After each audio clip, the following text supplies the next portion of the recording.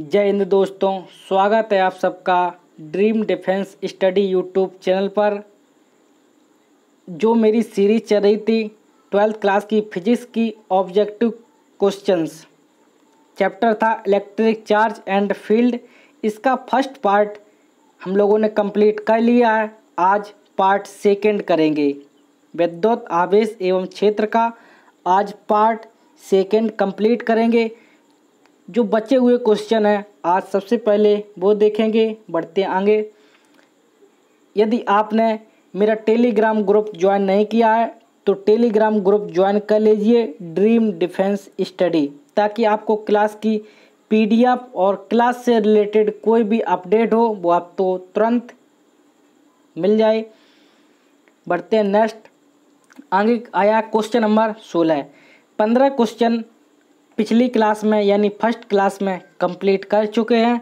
आप second part में 16 से जो आगे क्वेश्चन बचे हुए हैं वो कंप्लीट कर लेंगे। क्वेश्चन दिया है, एक विद्युत क्षेत्र विक्षेपित कर सकता है तो जो इलेक्ट्रिक फील्ड है वो ओनली अल्फा पार्टिकल्स को ही विक्षेपित कर पाता है। ऑप्शन नंबर आपका सी करेक्ट होगा, अल्फा कणों को ही विक्षेपित कर पाता है। ये क्वेश्चन आपको डायरेक्ट याद रखना पड़ेगा। चलते हैं नेक्स्ट क्वेश्चन की ओर। नेक्स्ट क्वेश्चन दिया है, एक प्रोटॉन तथा एक इलेक्ट्रॉन एक समान विद्युत क्षेत्र में स्थित हैं तब। ऑप्शन फर्स्ट दिया है, उन पर लगने वाले विद्युत बल बराबर होंगे, डायरेक्शन अपोजिट होगी, बलों के परिमाण बराबर होंगे। चलिए सबसे पहले इसका देख लेते हैं कॉन्सेप्ट। कॉन्सेप्ट क्या है? आपने फार्मूला पढ़ा F बराबर QE, ये फार्मूला होता है बल के लिए। क्वेश्चन में दिया है एक समान विद्युत क्षेत्र यानी जो इलेक्ट्रिक फील्ड है वो क्या है? Constant, E equal to constant.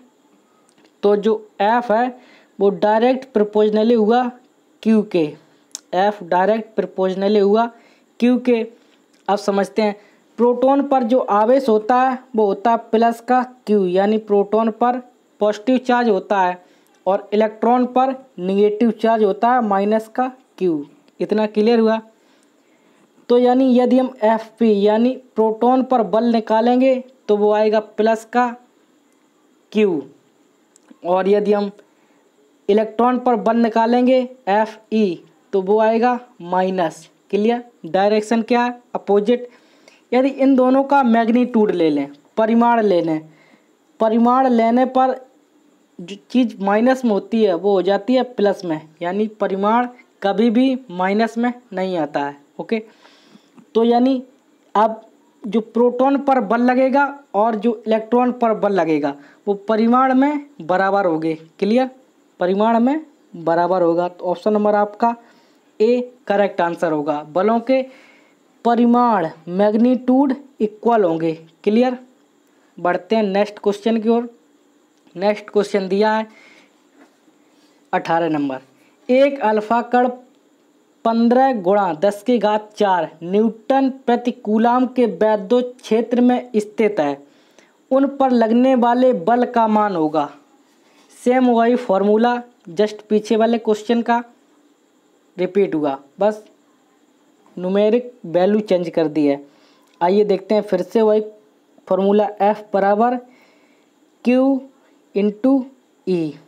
ये फॉर्मूला आपको याद होगा।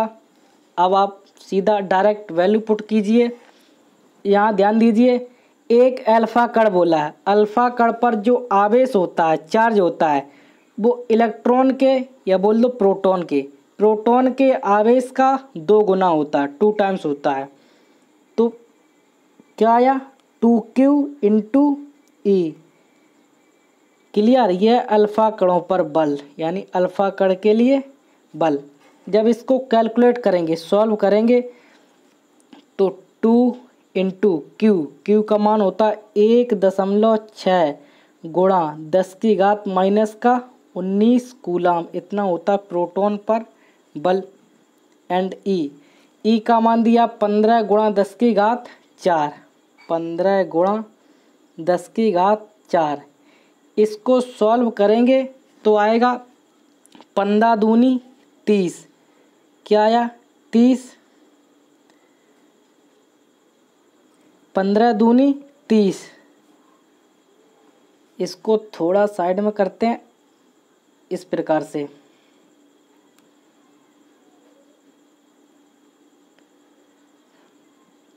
आइए समझते हैं। 15 दूनी 30 क्या आया, 30 गुणा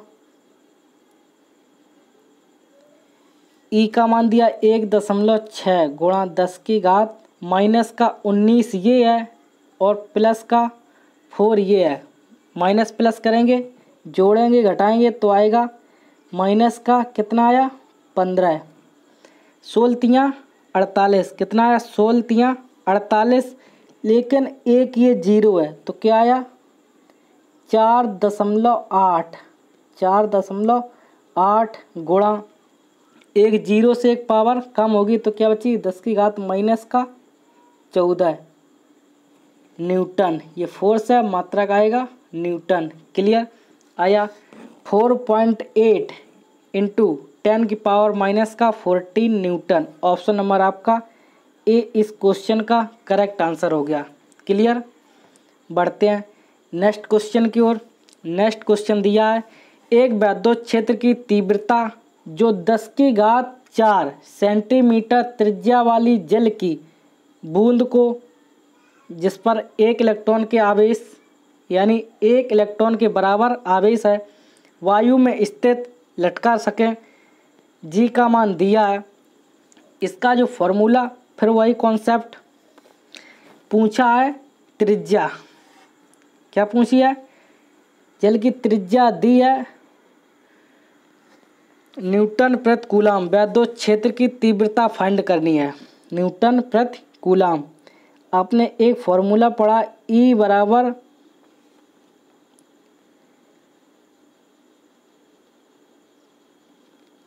F/Q0। Q बोल दो ओनली Q0। क्लियर। वही फॉर्मूला बार बार रिपीट हो रहा है F बराबर QE वाला। E बराबर रखेंगे तो E बराबर आएगा F/Q। यदि F बराबर रख दें mg, F बराबर फोर्स के रूप में तो आएगा mg/Q।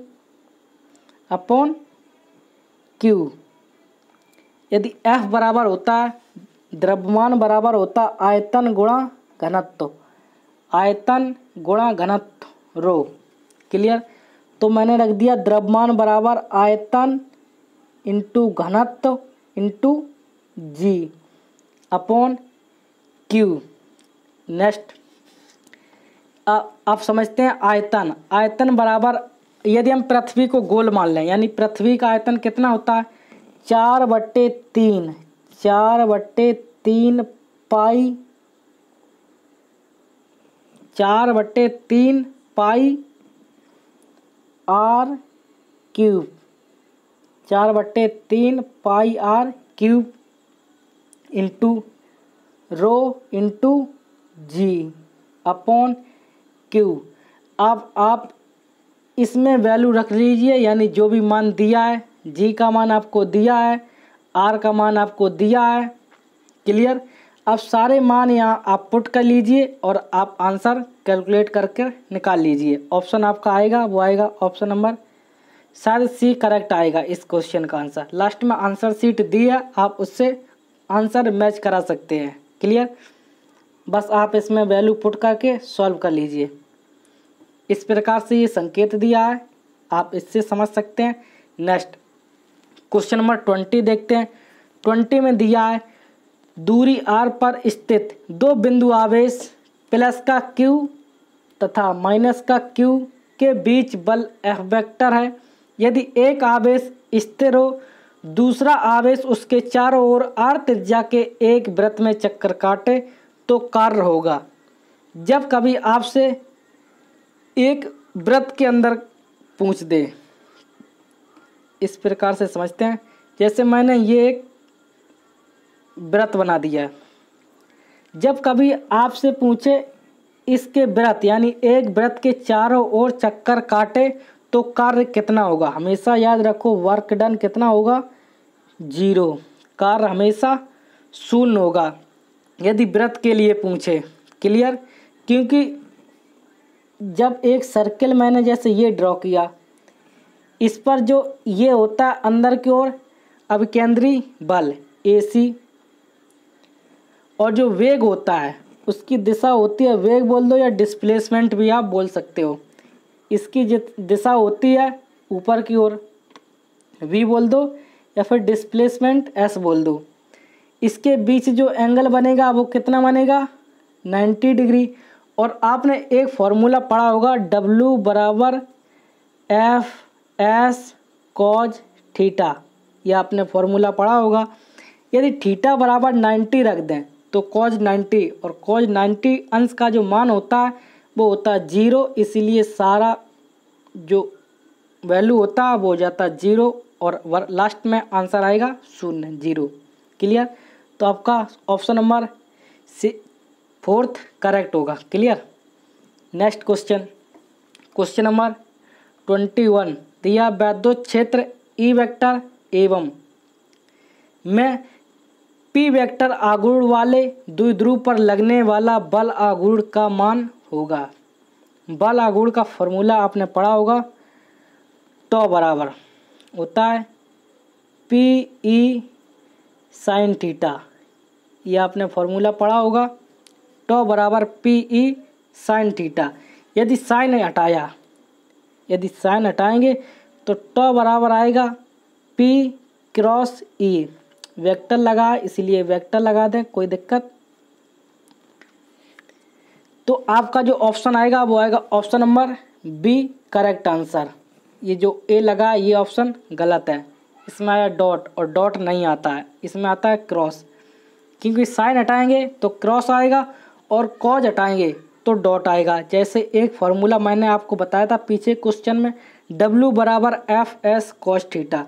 अब यदि उसमें कॉस हटाएंगे तो आएगा डॉट, आएगा F dot S W equal to. Clear? और ये जो बल आघूर्ण है ये सदिश राशि है, इसी में भी वेक्टर लगेगा। Clear? Next question, question number 22 दिया वैद्युत द्विध्रुव का आघूर्ण एक वेक्टर क्वांटिटी है जिसकी दिशा होती है। जो इलेक्ट्रिक डाइपोल मोमेंट है वो एक वेक्टर क्वांटिटी है, लेकिन उसकी जो डायरेक्शन होती है वो क्या होती है? चलिए समझते हैं इलेक्ट्रिक डाइपोल मोमेंट की direction. P electric dipole moment P वैद्युत द्विध्रुव आघूर्ण P वेक्टर की जो दिशा होती है वो हमेशा याद रखो होती है माइनस से प्लस की ओर, negative to positive. Clear? Negative से पॉजिटिव की ओर। अगर सेकेंड कॉन्सेप्ट बनेगा वो बनेगा इलेक्ट्रिक फील्ड की डायरेक्शन, यानी वैद्युत क्षेत्र की दिशा यदि आपसे पूछे तो आएगी प्लस से माइनस की ओर। क्लियर? बस ये दो ही चीज़ आप याद रखना। अगर आपसे इलेक्ट्रिक फील्ड की डायरेक्शन पूछे तो वो आती है प्लस से माइनस की ओर, यानी पॉजिटिव से नेगेटिव की ओर। अगर पूछे वैद्युत द्विध्रुव आघूर्ण की तो वो होती है माइनस से प्लस की ओर, यानी एक दूसरे के विपरीत होती है। यदि इनके बीच एंगल पूछ दे, थीटा पूछ दे, तो थीटा इक्वल टू होता है 180 डिग्री, 180 डिग्री कोण होता है। क्लियर? तो ऑप्शन में दिए देखिए ऋण से धन की ओर, ऑप्शन नंबर इस क्वेश्चन का डी करेक्ट आंसर होगा। क्लियर? ऋण से धन आवेश की ओर वैद्युत द्विध्रुव आघूर्ण की दिशा होती है। Okay, next question. आप ये भी ध्यान रखिए थीटा होता है 180 डिग्री, यानी एक दूसरे के विपरीत होती है। नेक्स्ट 23 क्वेश्चन में दिया है 5 कूलम आवेश के दो बराबर तथा विपरीत आवेशों के बीच की दूरी 5 सेंटीमीटर दूरी है। इसका वैद्युत द्विध्रुव आघूर्ण P equal to question mark, P बराबर क्वेश्चन मार्क, Q दिया 5 कूलम और टोटल दूरी 12 दिया 5 सेंटीमीटर। आपने फार्मूला पढ़ा होगा P बराबर Q इंटू 2L, 2L है यहाँ टोटल दूरी। क्लियर? Q का मान दिया 5 इंटू 12, टोटल दूरी दिया 5 सेंटीमीटर, और सेंटीमीटर को बदलेंगे मीटर में, 10⁻⁻² से मल्टीप्लाई करेंगे, सॉल्व करेंगे, आएगा 25 × 10⁻⁻² coulomb into metre. Clear, coulomb into metre. Option number A इस क्वेश्चन का करेक्ट आंसर होगा। क्लियर। नेक्स्ट देखते हैं, नेक्स्ट क्वेश्चन 24 नंबर दिया है, 2 कूलाम के 2 बराबर व विपरीत आवेश परस्पर 0.05 मीटर की दूरी पर रखे गए हैं, निकाय पर वैद्युत द्विध्रुव आघूर्ण होगा। इस क्वेश्चन में भी P = क्वेश्चन मार्क यानी वैद्युत द्विध्रुव आघूर्ण फाइंड करना है। आवेश दिया 2 कूलाम, दूरी दिया 0.04 metre, P = Q × 2L, total दूरी 2L। क्लियर। Q का मान दिया है 2 × 2L, टोटल दूरी दिया 0.04। इसको जब सॉल्व करेंगे मीटर में दिया है, चेंज करने की कोई आवश्यकता नहीं। 4 दूनी 8 आएगा 0.08। यदि हमें निकालना है कर दें 8 × 10⁻⁻² कूलाम इंटू मीटर। क्लियर, ये आ गया आंसर। ओके, तो ऑप्शन नंबर आपका आएगा बी करेक्ट आंसर। क्लियर। यहाँ तक यदि आपको कोई भी क्वेश्चन में डाउट हो तो आप कमेंट बॉक्स में अपना डाउट पूछ सकते हैं, और यदि आप अदर से कहीं से भी कोई क्वेश्चन पुटअप करना चाहें तो आप वो भी आप क्वेश्चन कमेंट बॉक्स में पूछ सकते हैं। मैं आपको 101% रिप्लाई करूँगा। बढ़ते हैं नेक्स्ट क्वेश्चन की ओर। क्वेश्चन नंबर 25 दिया है, निम्नलिखित में से कौन सी राशि व्युत्क्रम वर्ग का पालन नहीं करती है। क्वेश्चन में बोला है नहीं करती है, तो ऑप्शन नंबर ए दिया है, एक बिंदु आवेश के कारण वैद्युत क्षेत्र की तीव्रता, फॉर्मूला होता है E = KQ/R²। E = KQ/R², व्युत्क्रम वर्ग का पालन करती है। यानी क्वेश्चन में बोला है E प्रोपोर्शनल R² का कौन सा ऑप्शन है जो पालन नहीं करता है। क्लियर, तो पहला ऑप्शन तो करता है। सेकंड ऑप्शन दिया है, एक वैद्युत द्विध्रुव के कारण दूरस्थ बिंदु पर वैद्युत क्षेत्र की तीव्रता, दूरस्थ बिंदु पर वैद्युत क्षेत्र की तीव्रता होती है E प्रोपोर्शनल 1/R³। E बराबर होता है KP/R³। E = KP/R³ निरक्ष के लिए, और पूछे यदि अक्ष के लिए तो होता E = 2KP/R³। Clear. C option दिया है, यानी आपका ऑप्शन नंबर सेकेंड हो गया करेक्ट। एक वैद्युत द्विध्रुव के कारण जो दूरस्थ बिंदु पर वैद्युत क्षेत्र की तीव्रता है वो R³ के इन्वर्सली प्रोपोर्शनल होता है, व्युत्क्रमानुपाती होता है R³ के। सी में दिया विभव, अच्छी स्थिति में विभव होता B = KP/R²। सॉरी, B बराबर यस KP/R²। अगर बात करें डी नंबर की, तो डी एक आवेशित गोले के कारण गोले के बाहर बिंदु पर वैद्युत क्षेत्र की तीव्रता, ये भी होता R² के inversely proportional. Clear. Next 26 number दिया है, किसी वैद्युत द्विध्रुव के कारण वैद्युत क्षेत्र की तीव्रता सुदूर बिंदु के लिए होगी, यानी R के कौन से अनुक्रमानुपाती होगी। तो अभी मैंने आपको फॉर्मूला पढ़ाया E = KP/R³। E = KP/R³। ये है निरक्ष के लिए, किसके लिए, निरक्ष के लिए। यदि पूछे अक्ष के लिए तो E अक्ष के लिए होता 2KP/R³। क्लियर। ये दो फॉर्मूले होते हैं, ये निरक्ष के लिए और ये अक्ष के लिए। तो ऑप्शन नंबर इस क्वेश्चन का सी करेक्ट आंसर होगा। यदि आपसे पूछ दे ई अच और ई निरच का अनुपात, तो वो आएगा 2:1 यानी 2:1। क्लियर, 2:1 आएगा। नेक्स्ट क्वेश्चन, और आज की क्लास का ये लास्ट क्वेश्चन है, यानी जो electric charge and field chapter है, वैद्युत आवेश एवं क्षेत्र में ओनली 27 ऑब्जेक्टिव क्वेश्चन दिए हैं। दिया इलेक्ट्रॉन के आवेश एवं द्रव्यमान का अनुपात होगा। आइए सबसे पहले देखते हैं इलेक्ट्रॉन के आवेश E और द्रव्यमान M यानी ME, इनका रेशियो फाइंड करना है। इलेक्ट्रॉन पर आवेश होता है 1.6 गुणा 10⁻⁻19 कूलम अपॉन इलेक्ट्रॉन पर जो द्रव्यमान होता है, मास होता है, वो होता है 9.1 इंटू 10⁻⁻31।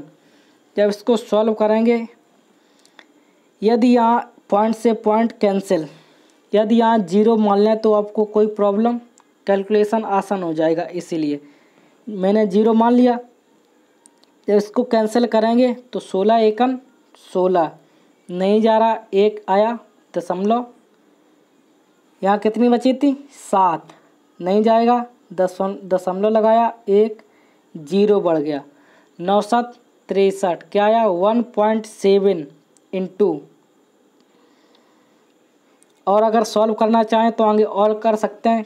963 कितनी बची 7, फिर आएगी 70, 963 एक बार और 7 कर दे इंटू, ये एक 0 इधर था, एक 0 से एक पावर यहाँ माइनस हुई तो कितना बचा 30 पावर बची माइनस की, ऊपर जाएंगी प्लस का 30 होगी, प्लस का 30। अब इसको जब माइनस करेंगे तो 10 में से 1 गया तो 10 की पावर 10 में से 1 गया, 10 में से 9 गया, 10 में से 9 गया 1, और 3 में से 2 गया, कितना आया 1, वो भी प्लस में आएगी, ये पावर आएगी वो प्लस में आएगी। तो आंसर आपका आया 1.77 इंटू 10⁻11 पॉजिटिव में यानी प्लस में, कूलम प्रति केजी। आपका ऑप्शन नंबर फर्स्ट इस क्वेश्चन का करेक्ट आंसर होगा। क्लियर, यहाँ तक यदि आपको कोई भी दिक्कत है, ये रही आपकी आंसर्स, कौन से क्वेश्चन का कौन सा आंसर है, जैसे 16 का सी है, 17 का बी है, इस प्रकार से आंसर आप मैच करा सकते हैं। और इसकी PDF आपको मिलेगी अपने Telegram group dream defence study, Telegram group है ड्रीम डिफेंस स्टडी। क्लियर, यह टेलीग्राम ग्रुप,